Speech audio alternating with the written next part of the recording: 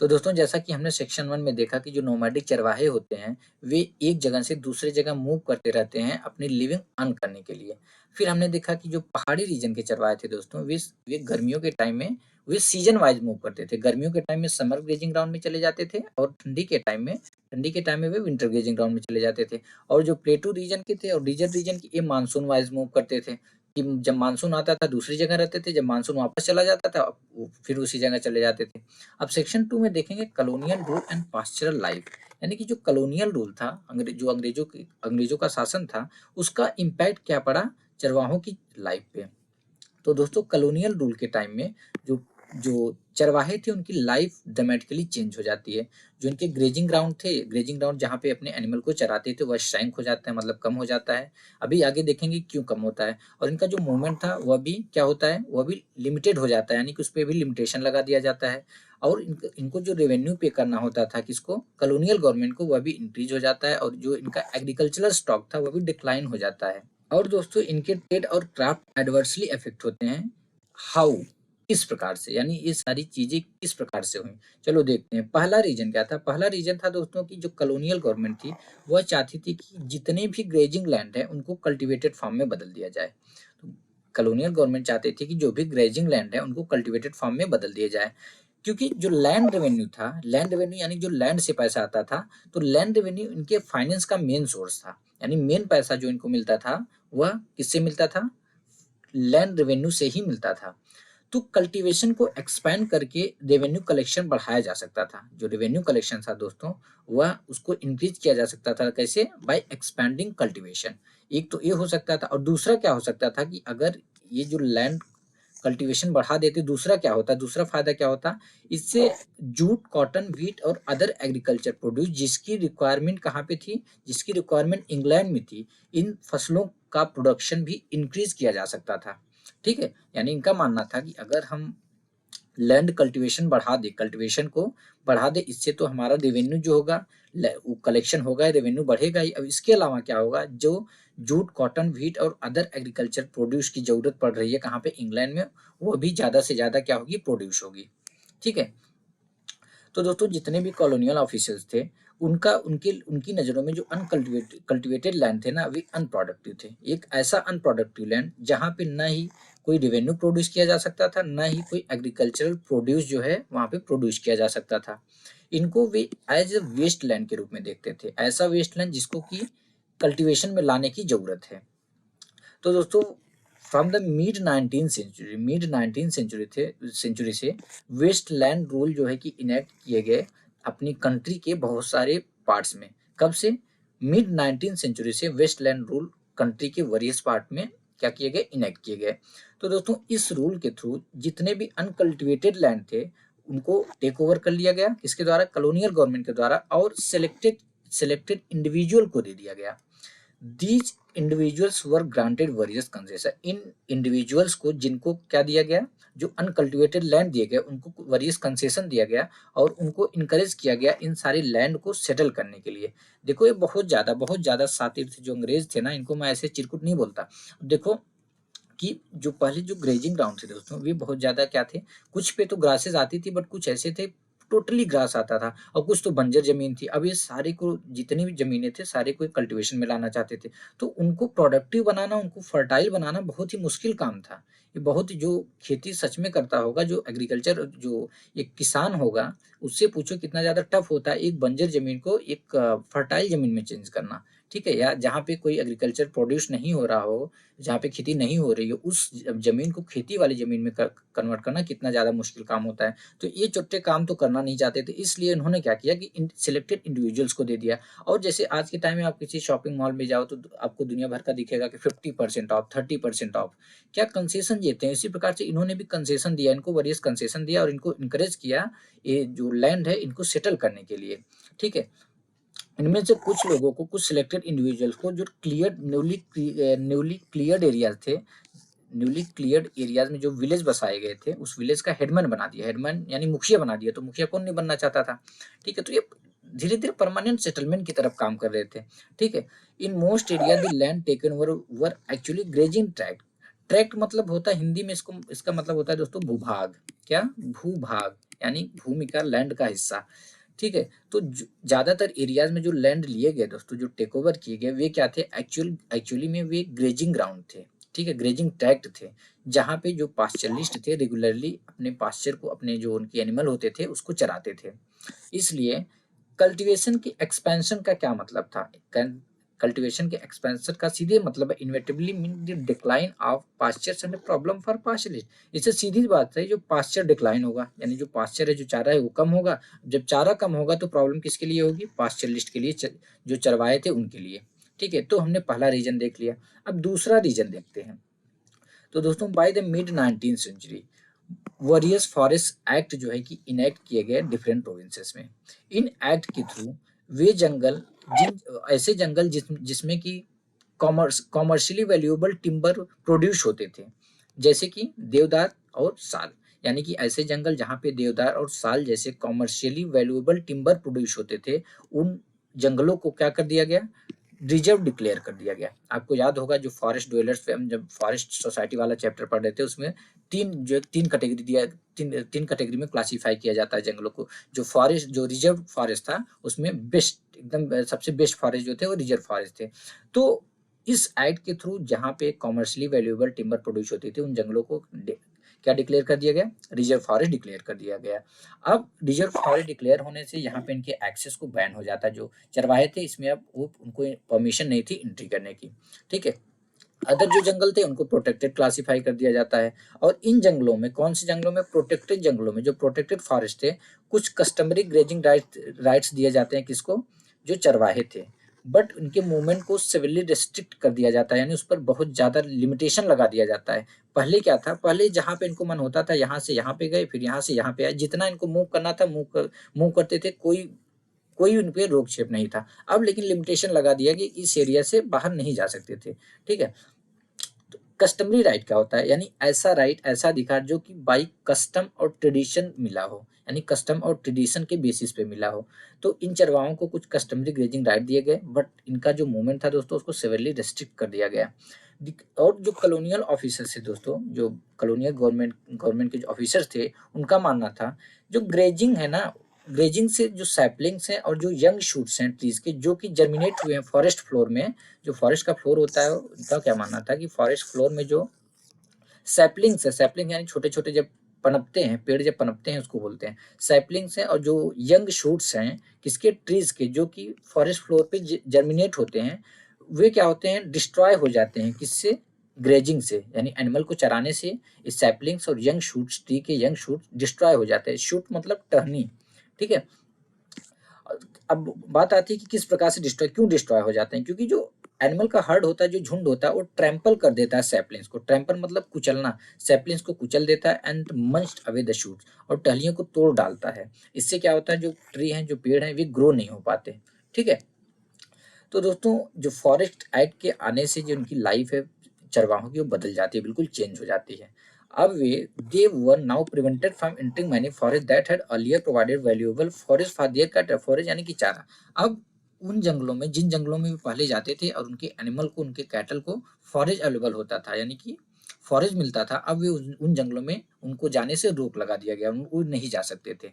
Even in the areas, यहाँ तक कि जिस एरियाज में उनको, उनकी एंट्री अलाउ की गई, यानी उनको परमिशन दिया गया कि इस एरिया में वे एंट्री कर सकते हैं, बट इसके बावजूद उनके मूवमेंट को क्या कर दिया गया? लिमिटेड कर दिया गया, उस पर लिमिटेशन लगा दिया गया। मूवमेंट यानी उनकी आवाजाही को। ठीक है, अब दोस्तों उनको एंट्री करने से पहले एक परमिट की जरूरत पड़ती थी, और उनकी एंट्री की टाइमिंग, डिपार्चर की टाइम क्या था? डिपार्चर का टाइम स्पेसिफाई कर दिया गया। एंट्री यानी अंदर जाने का, यानी चारागाह में जाने का, फिर वहां से डिपार्चर मतलब बाहर आने का, यह टाइम जो है स्पेसिफाई कर दिया गया। अब वे वहां पे कितने दिन रह सकते हैं, इसको भी लिमिटेड कर दिया गया। The number of day they could spend in the forest was limited. अब उस जंगल में दोस्तों वे कितने दिन स्पेंड कर सकते हैं, इसको भी लिमिटेड कर दिया गया। ठीक है, मतलब पहले से बिल्कुल चेंज कर दिया गया। Pastoralist could no longer remain an area even if forest was available. The grass was succulent and the undergrowth in the forest was ample. Succulent का मतलब होता है रसदार। रसदार द सेंस कि जब ग्रासेस हरी भरी होते हैं, जब घासें हरी भरी होती है ना, वहाँ पे सक्यूलेंट का वर्ड का यूज किया गया है। Under growth in the forest was ample, यानी कि सफिशिएंट ग्रोथ हो किसका, फॉरेस्ट में जो पेड़ पौधे हैं। ठीक है, पहले क्या होता था दोस्तों कि जो चरवाहे होते थे वे जंगल में गए। अब इस जंगल से तब तक नहीं जाते थे जब तक इनको लगता था कि अब फॉरेस्ट अवेलेबल नहीं है, यानी चारा जो है एनिमल के लिए, इनके कैटल के लिए सही नहीं है, अब चारा खाने लायक नहीं है, और यहाँ से तब ये मूव होते थे। बट अब चेंज हो गया था। अब ऐसा बिल्कुल भी नहीं था कि अगर यहाँ पे चारा है भी, यहाँ तक कि जो ग्रासेस हैं वे सक्यूलेंट हैं, और यहाँ तक कि अंडर ग्रोथ जो है सफिशियंट है, इसके बावजूद भी ये वहाँ से वहाँ पे रुक नहीं सकते थे। ठीक है, यानी कि उस पर लिमिटेशन लगा दिया गया, इनकी टाइमिंग जो है फिक्स कर दी गई, इससे ज़्यादा आप जंगल में नहीं रुक सकते थे। उनको मूव करना पड़ता था, वहाँ से वापस आना पड़ता था। क्यों? क्योंकि अब इनकी जो लाइफ थी किसके द्वारा चल रही थी, किसके हिसाब से रूल हो रही थी, फॉरेस्ट डिपार्टमेंट द्वारा इश्यू किए गए परमिट के थ्रू। ठीक है, the permit specified the period in which they could be legally with in a forest. तो परमिट में स्पेसिफाइड होता था, परमिट में दिया होता था कि कितने पीरियड तक लीगली वे उस जंगल में रह सकते हैं। अगर वे उससे ज़्यादा ओवरस्टे होते थे, यानी उससे ज़्यादा रुकते थे, तो उनको फाइन मारा जाता था। तो दोस्तों तीसरा रीजन क्या था कि जो ब्रिटिश ऑफिसर थे ना, वे नोमैडिक लोगों पे संदेह करते थे, इन पे शक करते थे। अब यहाँ पे एक चीज नोटिस करना, यहाँ पे नोमैडिक पीपल बोला गया है, नोमैडिक पास्चलिस्ट नहीं बोला गया है। नोमैडिक कौन लोग होते हैं? नोमैडिक हमने देखा था, नोमैडिक वे लोग होते हैं जो कि एक जगह पे स्टे नहीं करते, वे एक प्लेस से दूसरे प्लेस मूव करते रहते हैं। किस लिए? अपने लिविंग अर्न करने के लिए। ठीक है, तो यहाँ पे केवल नोमैडिक चरवाहे की ही बात नहीं की गई, बट जो अंग्रेज थे, जो ब्रिटिश ऑफिसर थे, वे किसी भी नोमैडिक लोग पे भरोसा नहीं करते थे जो एक जगह से दूसरी जगह मूव करते रहते थे। अब जैसे कि उस टाइम में क्या कुछ व्यापारी भी थे, जो ट्रेडर्स थे, एक जगह से दूसरी जगह मूव करते थे अपने सामान बेचने के लिए। तो दोस्तों जैसे कि जो मोबाइल क्राफ्टमैन थे और जो ट्रेडर्स थे, मोबाइल क्राफ्टमैन और ट्रेडर यानी जो लोग मूव करते हुए सामान बेचते थे गांव-गांव में जाकर। हॉग्ड मतलब बेचना, सेल करना। ठीक है, तो वे डिस्ट्रस्ट करते थे, यानी ट्रस्ट नहीं करते थे किस पे? मोबाइल क्राफ्टमैन पे, ट्रेडर्स पे, जो कि गांव में जाकर अपने सामान बेचते थे, और उन चारागाहों पे, उन उन चरवाहों पे जो कि एवरी सीजन अपना प्लेस ऑफ रेजिडेंस चेंज कर देते थे। किस लिए? अच्छे पास्चर की तलाश में। अच्छे पास्चर की तलाश किसके लिए करते थे? अपने हर्ड के लिए, यानी अपना जो उनका कैटल होता था। ठीक है, यानी कि वे लोग, कौन लोग? कॉलोनियल गवर्नमेंट के जो ऑफिसर थे दोस्तों, जो ब्रिटिश ऑफिसर थे, वे क्राफ्टमैन पे और ट्रेडर्स पे भरोसा नहीं करते थे, जो कि एक गांव से दूसरे गांव जाकर अपने चीजें बेचते थे। और उन चरवाहों पे भरोसा नहीं करते थे, जो कि एक गांव से दूसरे गांव मूव करते रहते, एक जगह से दूसरे जगह मूव करते रहते थे एवरी सीजन, अपने एनिमल के अच्छे पास्चर की तलाश में। ठीक है, तो दोस्तों जो कॉलोनियल गवर्नमेंट थी, वह एक सेटल पॉपुलेशन पे रूल करना चाहती थी। वह चाहती थी कि जो रूरल पीपल हैं, जो रूरल लोग हैं, वे एक गांव में रहें और फिक्स प्लेस पे रहें, और पर्टिकुलर फील्ड पे उनका राइट जो है फिक्स, उनका अधिकार जो है फिक्स हो। अब इसको समझेंगे कैसे? क्योंकि इस प्रकार की पॉपुलेशन को आइडेंटिफाई करना और कंट्रोल करना ना काफ़ी ईज़ी था। पहले क्या होता था दोस्तों, जैसे कि यहाँ पे जैसे कभी चरवाहों की मान लें, चरवाहे एक जगह रहते थे, समर के टाइम में कहीं और रहते थे, विंटर के टाइम में कहूँ और चले जाते थे। पहले तो परमानेंट सेटलमेंट था नहीं, तो गाँव के लोग भी कभी यहाँ पे रहते थे, कभी मान लो यहाँ पे खेती कर रहे हैं, तो यहाँ पे इनको दिखा एक खेत खाली है, तो यहाँ पे वे खेती करना स्टार्ट कर देते थे। अब एक खेत जो यहाँ पे पर्टिकुलर पर्सन है, इसका हो जाता था। तो बट ये लोग अंग्रेज क्या चाहते, इससे इनको प्रॉब्लम होता था टैक्सेस कैलकुलेट करने में, और इनको कंट्रोल करने में भी, आइडेंटिफाई करने में भी। तो इसलिए चाहते थे, एक हिसाब से देखोगे ना, एक सिस्टम बना रहे थे, परमानेंट सेटलमेंट करा रहे थे। तो ये चाहते थे कि गांव के लोग जो हैं, जो रूरल लोग हैं, वे एक गांव में रहें, और एक फिक्स्ड प्लेस पे रहें। यानी अगर एक यक्स का घर यहाँ पे है, मान लो एक यक्स, एक कोई पर्सन है, उसका घर यहाँ पे है, वाई का घर यहाँ पे है, तो यक्स इसी घर में रहेगा, यहीं पे रहेगा, गांव के इसी घर में, वाई भी गांव के इसी घर में रहेगा।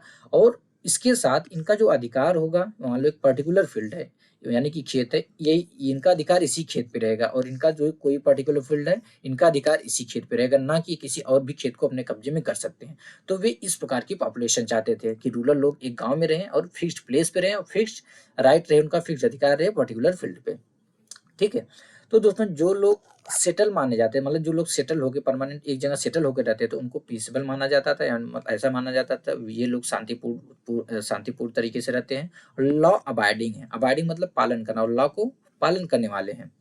और जो लोग नोमैडिक थे दोस्तों, उनको क्रिमिनल कंसीडर कर दिया गया, और 1871 में नोटिस करना है, 1871 में इंपॉर्टेंट है यहाँ, 1871 में कॉलोनियल गवर्नमेंट ने इंडिया में क्रिमिनल ट्राइब एक्ट पास किया। कब? 1871 में कॉलोनियल गवर्नमेंट ने इंडिया में क्रिमिनल ट्राइब एक्ट पास किया और इस एक्ट के थ्रू दोस्तों बहुत सारी कम्युनिटीज, बहुत सारी समुदाय किसके? क्राफ्टमैन के, ट्रेडर के और पास्चरलिस्ट के बहुत सारे समुदाय को क्या क्लासीफाई कर दिया गया? As a criminal tribe classify कर दिया गया। उनको बोला गया कि ये जो मतलब ये जो ट्राइब्स हैं, जो ये समुदाय हैं किसके? क्राफ्टमैन, ट्रेडर और पास्चरलिस्ट की, ये बाय नेचर और बाय बर्थ क्या है? क्रिमिनल हैं।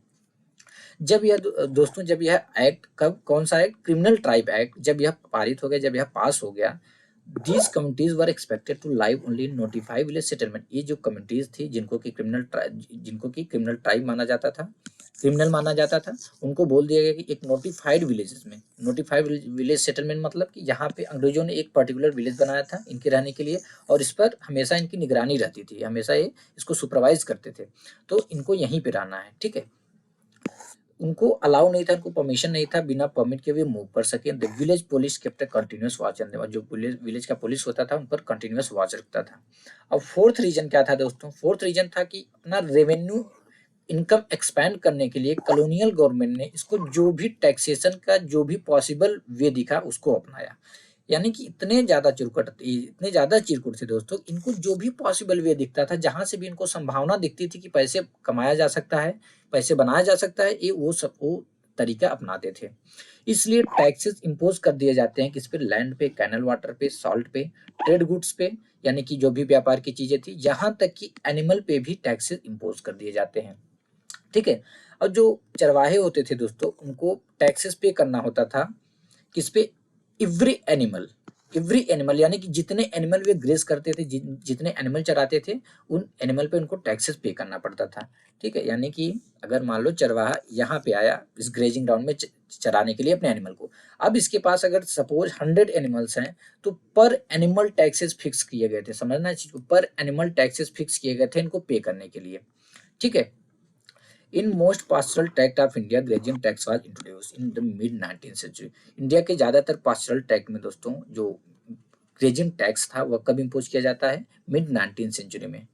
द टैक्स पर head of cattle went up rapidly, जो टैक्स पर हेड था कैटल का, मतलब कि जो चरवाहों के पर एनिमल के ऊपर टैक्स लगता था, बहुत तेजी से रैपिडली हाई होता है, बहुत तेजी से बढ़ता है। और system of collection was made increasingly efficient, जो सिस्टम ऑफ कलेक्शन था उसको इंक्रीजिंगली इफिशिएंट बना दिया जाता है। मतलब कि इफिशिएंट किसके लिए था? ये कॉलोनियल गवर्नमेंट के लिए था कि कोई भी इस टैक्स से बच नहीं पाता था, ठीक है। तो दोस्तों 1850 से 1880 के बीच में जो राइट टू कलेक्ट टैक्स था, यानी टैक्सेस कलेक्ट करने का जो अधिकार था, वह 1850 से 1880 के बीच में ऑक्शन किया जाता है किसको? कॉन्ट्रैक्टर्स को। कॉन्ट्रैक्टर यानी जो ठेकेदार होते हैं उनको ऑक्शन किया जाता है। ऑक्शन मतलब बोली लगाया जाता है, ठीक है। ऑक्शन में क्या होता है? ऑक्शन में आपने देखा कि मान लो कोई एक पर्टिकुलर ऑब्जेक्ट है, मान लो एक पर्टिकुलर सामान है कोई एक्स, समझना इस चीज को, इसका जो ओनर है कोई भी एक, मान लो ओनर इसका है ए, ये इसका ओनर है, पर्टिकुलर सामान एक्स है। अब इसके लिए, इसको खरीदने के लिए 10 लोग आए। कितने लोग? 10 लोग आए।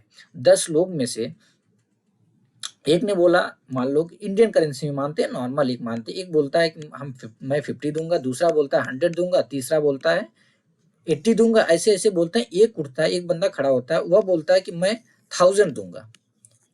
अब देखो 1000 ने कहा, 50, 100, 80 की बात हो रही थी, उसमें से एक खड़ा होकर सीधे बोलता है मैं 100 दूंगा इस पर्टिकुलर चीज के लिए।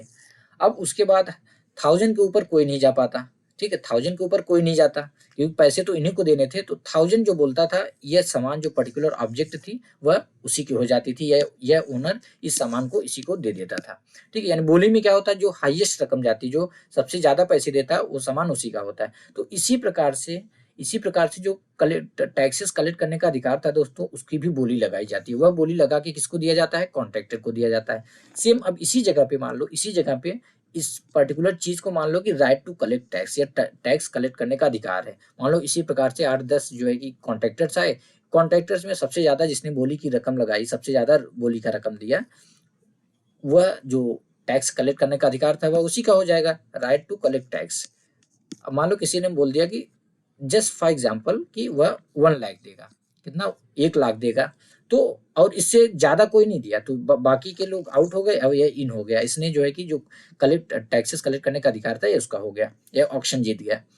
अब आगे क्या होता था, आगे होता था कि by the 1880 the government began collecting taxes. हाँ, एक मिनट। तो इसके बाद क्या होता था दोस्तों, कॉन्ट्रैक्टर्स ने ले लिया, कॉन्ट्रैक्टर्स ने जो कॉन्ट्रैक्ट था ले लिया टैक्सेस कलेक्ट करने का अधिकार। उसके बाद कॉन्ट्रैक्टर क्या करते थे, कॉन्ट्रैक्टर ज्यादा से ज्यादा टैक्सेस वसूलते थे, ज्यादा से ज्यादा टैक्सेस एक्सट्रैक्ट करते थे, क्योंकि इनको ये पैसा, ये जो रकम था जो कि उन्होंने बोली में लगाई थी, वह पैसा वसूल करना था, उसको रिकवर करना था। इसके अलावा क्या करना था, 1 लाख के अलावा उनको ज्यादा से ज्यादा प्रॉफिट कमाना था, क्योंकि यह बोली जो ऑक्शन होती थी ना पर ईयर होती थी, ऐसा नहीं परमानेंटली होता था, यह पर ईयर होता था। हर एवरी ईयर जो है इसकी बोली लगती थी, इस एवरी ईयर इसकी ऑक्शन होती थी।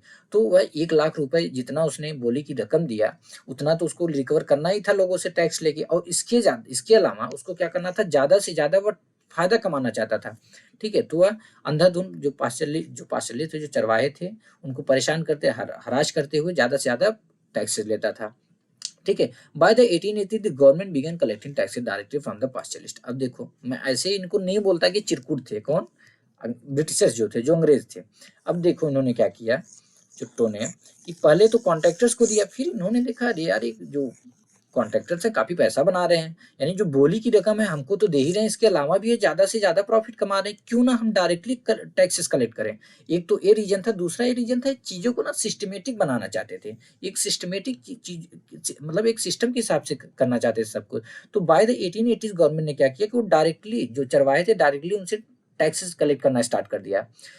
तो जितने चरवाहे थे उनको एक एक पास दिया गया, और जब उनको ग्रेजिंग ट्रैक्ट में, ग्रेजिंग एरिया में इंटर करना पड़ता था, जितने भी ग्रेजिंग ग्राउंड थे, ज्यादा से ज्यादा ग्रेजिंग ग्राउंड को फेंसिंग कर दिया गया, उनको घेर दिया गया, और जो एंट्रेंस था वहां पे गार्ड लगा दिए गए। ठीक है, ज्यादातर ग्रेजिंग ग्राउंड में ऐसा किया गया। तो अब इस ग्रेजिंग ग्राउंड में इंटर करने के लिए जो कैटल हेडर था दोस्तों, उसको पास दिखाना पड़ता था, और यहीं पर टैक्सेस पे करने पड़ते थे। सपोज एक ग्रेजिंग ग्राउंड यहाँ पे है, एक ग्रेजिंग ग्राउंड यहाँ पे है। अब जब ये एक मान लो कोई चरवाहा यहाँ पे जाता है तो पास दिखाएगा, यहाँ पे टैक्स पे करेगा, यहाँ से बाहर आएगा फिर यहाँ पे जाएगा, यहाँ पे भी पास दिखाएगा, टैक्स पे करेगा। इस प्रकार से सिस्टम था। The number of cattle head she had and the amount of tax he paid was entered on the pass. और जो पास होता था उस पास पे, यहाँ पे जो गार्ड होते थे पास, इस चरवाहे से पास लेते थे और उस पे लिखते थे कि कितना कैटल, इस चरवाहे के पास कितना कैटल है और उसने कितना टैक्स पे किया, उस पे राइट डाउन करते थे, नोटिस कर उस पे लिखते थे। ठीक है, नोट करते थे। How did the changes affect the life of pastoralist. अब देखते हैं दोस्तों ये जो चेंजेस हुए, जो बदलाव हुए, जो इस बदलाव से जो चरवाहे थे उनकी लाइफ पर क्या इफेक्ट पड़ता है। इस मेजर से दोस्तों डिफरेंट टाइप के जो मेजर लिए गए हमने देखा, इससे सीरियस शॉर्टेज हो जाता है किसका, पास्चर का।